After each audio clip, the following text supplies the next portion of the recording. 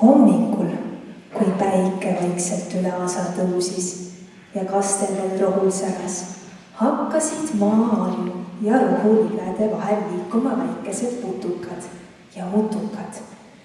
Üks haigutades ringutas, sirutades jalgu ja tiibu, teine sirutas oma vurrud ja nihutas end valguse poole. Mõni püsis veel hetke paigal, justkui nautides viimaseid uneminuteid. Vaikselt, tasasel suminal ja sahilal hakkasid nad end liigutama. Keegi raputas tiibu, keegi rullis lahti oma jalgu. Kõik liikusid aeglaselt, uniselt ja ettevaatlikult, justkui katsetades, kas kevad on tõesti tagasi tulnud. Aasa muutus elu iga hetkega ärksamaks ja rõõmsamaks.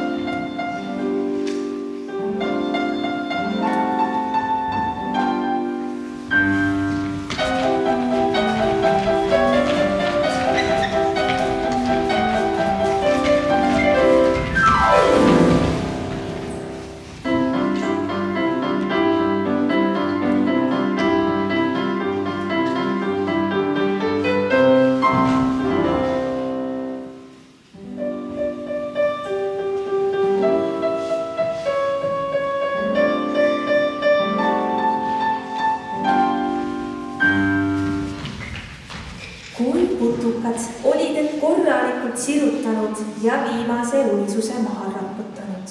Hakkasid nad tasa päevaks ette valmistama. Mesilased sumisesid ringi, lendasid lillelt lillele ja kogusid õietolmu. Nende tiivad vuhisesid kiirelt, sest tööd oli palju. Lepatriinud roomasid mööda kõrsi, et taimi kaitsta. Liblikad liuglesid õhus, justkui maalides aasa värvidega. Ämblikud sättisid hoolikalt oma peeneid võrke mööda rohulillesid.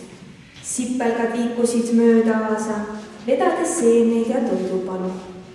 Kõik askeldasid, igaüks omas tempos ja omal viisil. Aas sumises ja kihas elust. See oli putukate suur kevadtöö. Kui mesilane lendab, siis tiivad sumisevad, kui mesilane lendab, siis tiivad sumisevad, kui lepatriinu roomab, siis ta liigub vaikselt, kui lepatriinu roomab, siis ta liigub vaikselt, kui rohutirts hüppab, siis ta hüppab kõrgele, kui rohutirts hüppab, siis ta hüppab kõrgele, kui ämblik koob võrku, siis ta käed käivad nii, kui ämblik koob võrku, siis ta käed käivad nii. Kui sipelgaas jookseb, siis ta jookseb usinalt. Kui sipelgaas jookseb, siis ta jookseb usinalt.